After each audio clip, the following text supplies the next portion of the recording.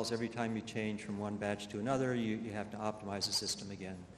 What we're hoping to do is have most of our systems derived from iPS cells so that we don't have that problem to worry about, that additional problem among the many others that come up. Whoops.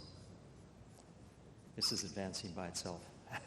I'll then talk about the blood-brain barrier model that we have and how we incorporate neurons with that system in order to model Alzheimer's disease. So, just in terms of the vascular networks themselves, we can generate these. These are by natural self-assembly. So we simply mix the cells, endothelial cells, fibroblasts.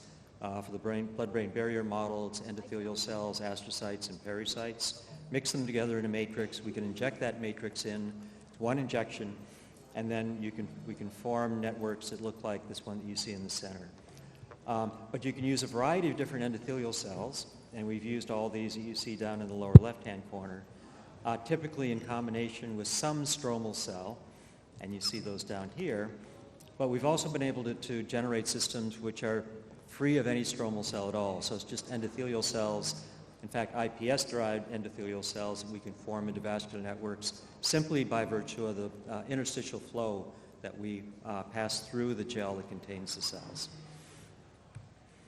So in terms of characterizing these networks, we typically use vascular permeability as a measure of functionality, especially in the case of a blood-brain barrier model. It's one of the probably the most important parameter. And here what you see is that we can control in our system the different pressures. So by controlling P1 and P3, we can modulate the intravascular flow, and by modulating the difference between the intravascular pressure and the external pressure here labeled P2, we can modulate the transmural flow. If we have no transmural flow and just measure the permeability, we get the results that you see down here. The solid symbols are results that we've gotten with the same cells as the green symbols down here, but these are with the 2D system that you see far on the left, the Transwell system, and then the lower permeability values are with the three-dimensional system.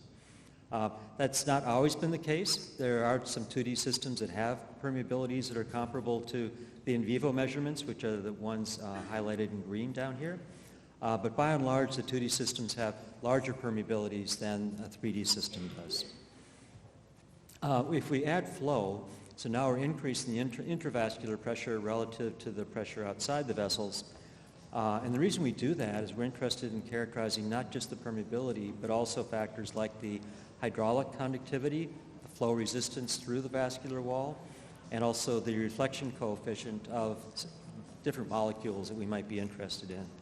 And as you increase the transmural pressure between inside and outside, you see that with FITC, for example, the effective permeability goes up. So from the slope of that curve and knowing that the reflection coefficient of FITC is essentially 0, we can get hydraulic conductivity. And then for different molecules, we know this doesn't change. But from the slope of these curves for different, in this case, different molecular weights of dextran, we can back out the other parameter that we want, which is the reflection coefficient. So you can see we can fully characterize the transport across these vessels. The vessels themselves look like this. So the red cells are the endothelial cells. The green cells are the endothelial cells forming the networks. The green are fibroblasts. And the fibroblasts within the gel, they reach out and they actually connect with the endothelial cells at different locations. And in some cases, they actually wrap around the endothelial cells, forming what looks very much like pericytes in terms of their morphology. But we also find that the fibroblasts are very important in terms of both the matrix that they secrete and also the tension that they generate within the matrix in order to both stabilize and, first of all, form and then stabilize the vascular networks. But you can see from the image in the lower right that the matrix gets very much remodeled. In some cases, it becomes densified. In other cases, you see large gaps where probably vessels existed before. And there's probably a lot of secreted matrix here that is not accounted for with the fibrin that we initially use. What we did a couple of years back was to analyze that. So we decellularized the system took out the matrix and then chopped it up and sent it through mass spec using some techniques that were developed in Richard Heinz's lab. And these are the results that we got. If you look in the two green bars on the right first, these are monocultures of either the HUVECs, the endothelial cells, or the normal human lung fibroblasts. And you can see that over a period of 2 weeks, the matrix doesn't really change. Okay, there's small changes in, there is some matrix that's being secreted in both of these cases, but if you compare it to the co-culture system, you see that it's dramatically different. So when the endothelial cells and these two cell types are mixed together and form these vascular networks, you get a huge amount of matrix secretion, which modifies the matrix both in terms of stiffness and its composition. And here, by analyzing the composition of that matrix, what we showed is that about a third of the matrix is newly synthesized. The red portion here is the original fibrin that we started with. And of that portion that's newly synthesized, you have all the basic matrix proteins that you're interested in. So the main take-home message here is that what you start with isn't going to be what you have in a week or 2 weeks. And so if you take these experiments out for a month or 2 months, we get dramatic changes. The other thing that changes is the morphology, and this is as a result of flow going through the networks. I'm not going to go into detail about how we pump fluid around the system, but we developed a simple pump in our lab for each individual experiment. In this case, what we did is we grew vascular networks. They formed initially by day 8 and looked like this. But they would eventually then, if we maintain this culture for a couple more days, these would start to regress and eventually the cells would die off. Instead, what we did here is we started flow on day 8. And what you see here on days 11 and 13 is that there's progressive remodeling that occurs in these vessels. And the flow direction, actually the pressure gradient that we apply that drives the flow, is in the direction of the arrow. And you can see that the vessels that are parallel to the direction of the pressure gradient tend to develop larger diameters. And the vessels, so these, for example, the ones that we see with the yellow arrow, and the ones that are perpendicular to that, so in other words, the ones that really aren't getting very much flow, eventually regress. And those correspond to what we're highlighting there with the white arrows. You can see this one eventually disappears completely. The other thing that we've heard a lot about is that these vascular networks are hard to maintain long term. It's very much cell dependent. This happens to be a system, a collection of HUVECs that we had that were amazingly good in terms of maintaining their morphology long term. So you can see this went out to 23 days. We actually took it out to about a month. And the morphology from day 16 to 23 didn't change. And this is without flow. So one of the things that we did is to take these HUVECs and we immortalize them. So we use these now consistently in a lot of our experiments. We can passage them out to, well, we've gone out 25 passages and they still retain the ability to form networks like this. So we're trying to standardize things, making it so that it's easier to maintain a consistent experiment from month to month to month without having to change your experiments all the time. The other thing we've been doing is trying to develop IPS-based systems. So here are 2 different protocols that we took from the literature, modified some, and applied to 2 different lines of IPS cells, the PGP1 here and the Alstem11 cells. They're both DOX-inducible ETV2 cells for those of you that are doing these experiments, but it's a transient induction. We just do it short term. So here the total protocol is about 10 days, and between days 3 and 4 in this case, sometimes 4 and 5, we induce the DOX, shown by the green bar here, and then we wind up getting very pure populations. This is without having to sort. We get up to about, with the PGP1 line, we got up to about 94% purity of the endothelial cells. And for the Alstem11, we got even higher purity. Although these cells we found form networks a little bit better than these, but they both basically work. I'd be happy to share those protocols with anybody who's interested. They also proliferate quite rapidly and form especially the LSTEM, the LSTEM and PGP1 cells wind up proliferating quite rapidly relative to with the new protocol that we developed relative to the one that we started with. And these are what the networks look like. These are in just a simple chip where we mix the endothelial cells with the fibroblasts, and as I said, we inject them into the system, a single injection, and then over a period of about 4 or 5 days, this is what they look like. Here we flowed dextran into the vessels so you can see that they're all perfusable. And then we looked for various markers, CD31, VE-cadherin, ZO1, and collagen type 4, which would be in the basement membrane. And you can see both the structure and the expression of these different critical molecules for endothelial vessels are maintained. We also looked at these. These are still the IPS-derived endothelial cells, comparing to HUVECs, comparing them in terms of the vessel diameter. They tend to be a little narrower, more capillary-like than the HUVECs, which tend to be around 40 microns in diameter. And then the number of branches also tends to go up, and the overall vessel coverage remains about the same. So I'm going to jump now to talk about our blood-brain barrier model, and check the time. I'm doing fine. So the model that we've generated for the blood-brain barrier is to take IPS-derived endothelial cells. These are not the ones that I was just showing. This is a paper that we published back in 2018.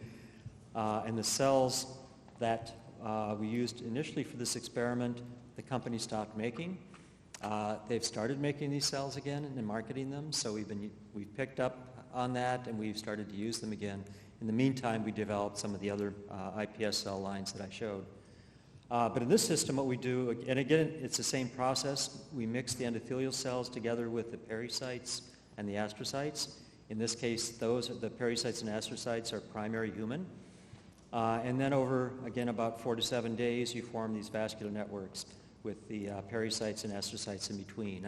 We've seen a couple of presentations with these similar networks generated already in this conference. In terms of permeability, we like to look at the permeability rather than tier, because permeability we can look at as a function of molecular weight. We can also look at specific proteins that are effectively actively transported across the BBB. In this case, we're just looking at different molecular weights of dextrans, and those are the blue boxes that you see here. This is taken from a paper by Kamm group in 2020. And I'd like to show it because he also shows the region of in vivo measurements here from rat, and then a collection of the other BBB models that had been published at that time. So what you can see then is that the vessels that we obtain then both have good morphology, similar to what you see in vivo, and as well as good permeabilities comparable to in vivo. We can look a little bit closer. We can do some EM imaging. Here you can see some of the cell junctions are essentially becoming seamless, similar to what you see in the brain. You can see the close interactions here between an astrocyte end foot and the endothelial cells, and here's the lumen. And if you look closely, you can also see vesicular trafficking between that astrocyte and the endothelium. Here's one image that we captured where we had all 3 cell types in the same image. The reddish cell is a pericyte. The purple, again, is an astrocyte, and then the green is the endothelial cell. So in a case where we don't have any membranes in the system, you can actually get these interactions between the vessels in a more natural way. And again, the networks look very reasonable. We've stained here, used immunohistochemistry to look at various molecules. The first 3 are the adhesion molecules that you're interested in. The last 2 are 2 basement membrane proteins. And what you see in going from the monoculture system, where we just had the endothelial cells, to adding the pericytes and then adding the astrocytes, you get progressively higher levels of expression of these different molecules. And overall, and I'll show you some of the PCR data in just a minute, but basically what the attributes of the model are that we have are they have the in vivo-like morphology. We can create them from either primary or pluripotent cells. In fact, I'll show you at the end some experiments that we've done recently where we've derived all the cells from iPS. They match in vivo characteristics, functional characteristics. I'll show you some of the phenotypic data in just a minute. We can do this with a single injection, and we can now create this with a commercial chip that has 40 wells. So we can do this in relatively high throughput. These are some of the transcriptomic data that we had, and I'm going to have to walk you through this. We're looking both at tight junctions or the adherent junctions proteins, and also for transporter proteins that tend to be more highly expressed in the brain. And we're curious to see how these iPS cells would compare to primary endothelial cells in the various culture conditions. So the first column here, these are primary endothelial cells. These are human brain microvascular endothelial cells seated in 2D. And the second, over here, the other highlighted column are the same cells but in 3D. So first thing to note is that as you go from a 2D to 3D geometry, the expression levels of a lot of these different proteins, I mean the Claudin-5, occludin, ZO1, they're especially important in the brain. And a lot of these transporter proteins, transferrin receptor, GLUT1, RAGE, a lot of those that you're interested in terms of different disease conditions, also go up in terms of expression level. If you compare now the iPS-derived endothelial cells, you can see that in 2D, they're not too much different actually than the primary cells initially. And even when we go into the 3D co-culture, I should have mentioned these are not only 3D, but they're also co-cultured with the pericytes and astrocytes, both the primary and the iPS-derived cells. You can see that a lot of these proteins are very highly upregulated to the level that we think is probably more similar to what you would find in the human brain. And then finally, if you compare the three-dimensional systems with the full triculture for the primary endothelial cells and the iPS-derived endothelial cells, you can see there are a lot of similarities in terms of the degree of upregulation of these critical proteins. So that describes our blood-brain barrier model, but we wanted to go one step further and now make this a neurovascular model. And we did that by essentially adding a compartment here in the center where we could insert neurons that were either healthy neurons, these are all ES-derived, either healthy neurons or neurons that were modified in order to overexpress A-beta 40 and A-beta 42 so that we could have an Alzheimer's model. And here you can see just in terms of, this is at week 4 in the culture, co-culture in week 4, you can see that the vascular networks in both cases are still pretty well developed. At later time points, these are experiments that were done without any flow. These become difficult to perfuse. They tend to narrow down too much, especially in the case of the Alzheimer's model, we found that. Here it shows the model, the progression of the model going from day 7 to 14 to 21.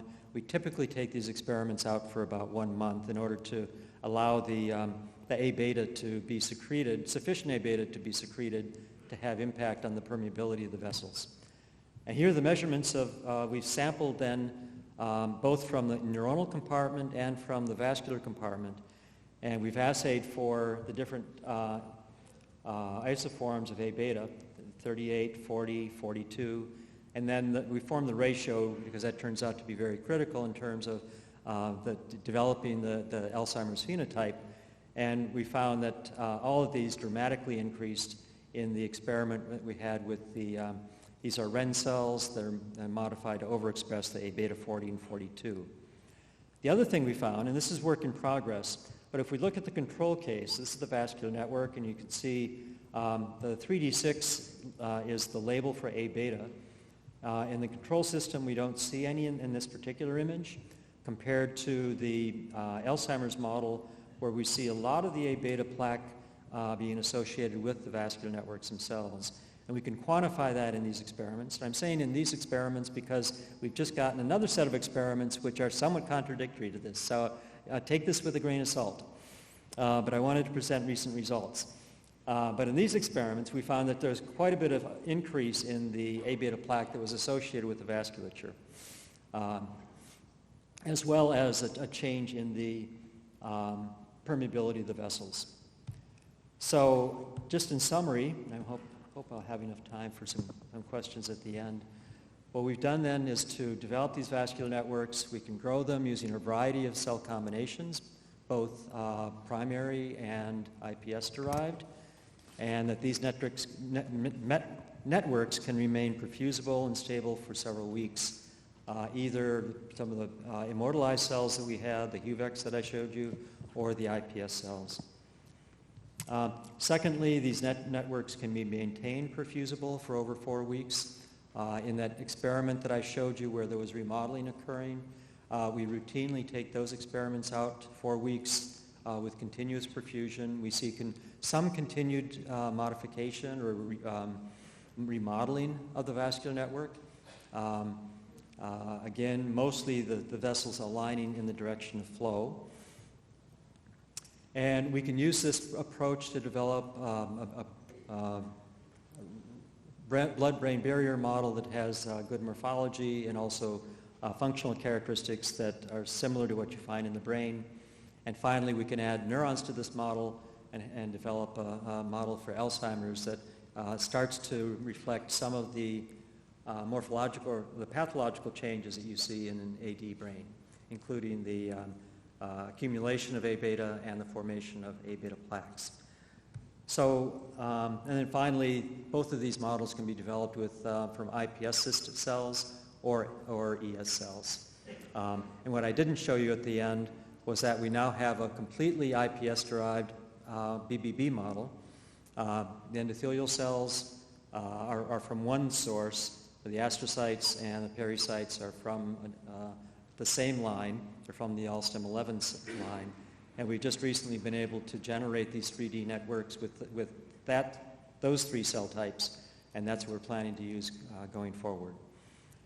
So I just want to finish by acknowledging all the fantastic work that's been done by the different members of my group, postdocs, undergrads, graduate students, wonderful collaborations that I've had over the years, and our funding sources for this work and other. So I'll stop there, and thank you very much, and be happy to answer questions.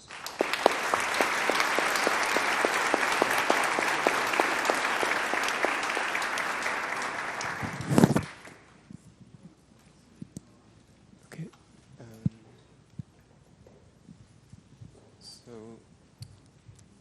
I'll go there first. Thank you. Thank you very much. I'm really curious. You spoke a lot about constituent proteins, transporters, etc. But did you actually do any functional tests with drugs that are known to permeate versus not permeating the blood-brain barrier that you could speak to? Do we do what kind of test? Any functional tests with the functional tests? Yeah, with specific drugs that are known to permeate or not permeate the human blood-brain barrier.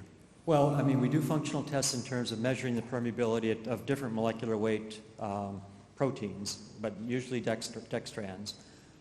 We have now a panel of molecules that we're going to use where we're starting to look at probing the transport using the different receptors, the transferrin receptor and PGP1.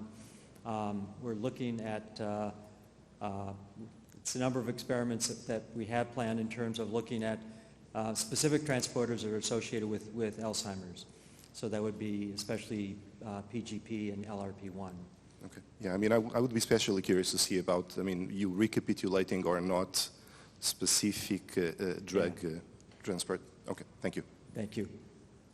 Yeah, thank you for the great talk. I had a question about your data on the matrix.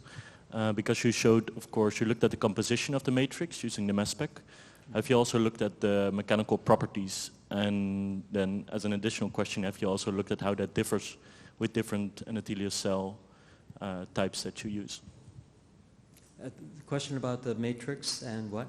I'm having a hard time hearing So you. if you also looked at the mechanical properties, Oh, mechanical properties. and Oh, if that changes yeah. with different EC types that you use. Yeah, so the mechanical properties change dramatically in that same time. In fact, probably more so than the composition. What we do is we've taken these systems, grown them out different times, we take the cover slip off and then bring an AFM probe in, and then so we can measure the stiffness directly. And actually that paper is just about to come out. In that case, what we find is that the stiffness of the matrix, the modulus, goes up probably about 15-fold.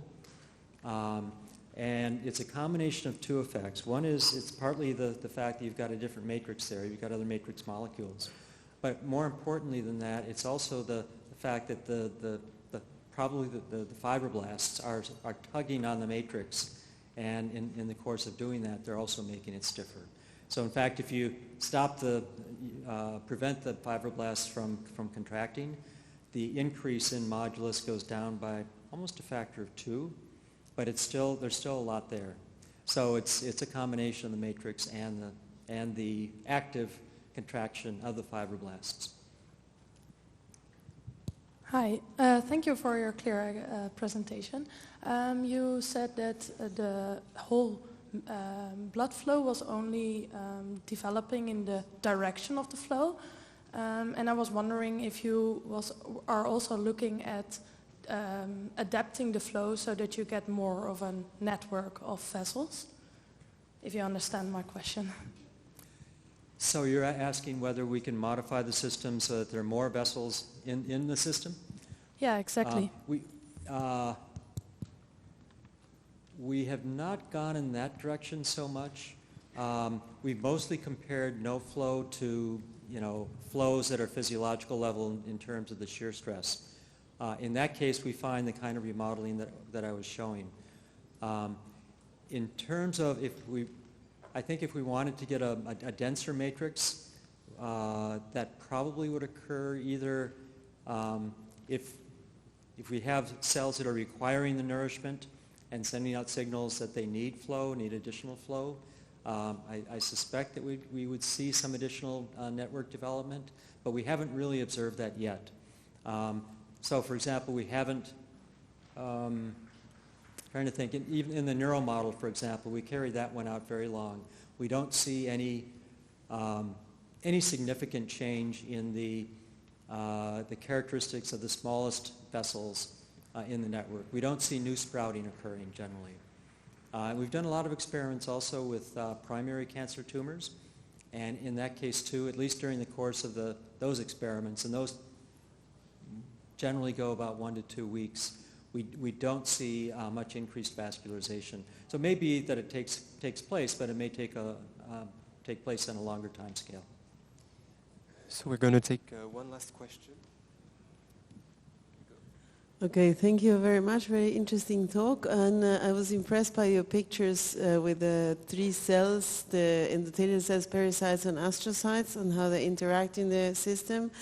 But my question is, this interaction, this addition of the non-endothelial cells, change also the apparent permeability of the vessel, of the BBB? Functionally, did it have a major impact? Because we do similar work, and we didn't see that much of a change in the apparent permeability. That's why. It does, and you could see that from when I compared we made comparisons of the permeability of the monoculture system and the co-culture system and the triculture system, and what we found was that as you went to a more complex system, the permeability progressively went reduced. So the addition of both the pericytes and the astrocytes did reduce the permeability and made them tighter. We had done earlier experiments that were with a two-dimensional planar monolayer of endothelial cells with astrocytes in the adjacent compartment. In that case, we found just the opposite. But the astrocytes didn't tend to associate with the endothelial barrier at all. And in those experiments, they were human and rat. So, there were a number of reasons why that might not have caused the reduction in permeability that we expected. But with the human cells, we always do. Well, thank you again for this very interesting presentation, and we will move on to the next speaker.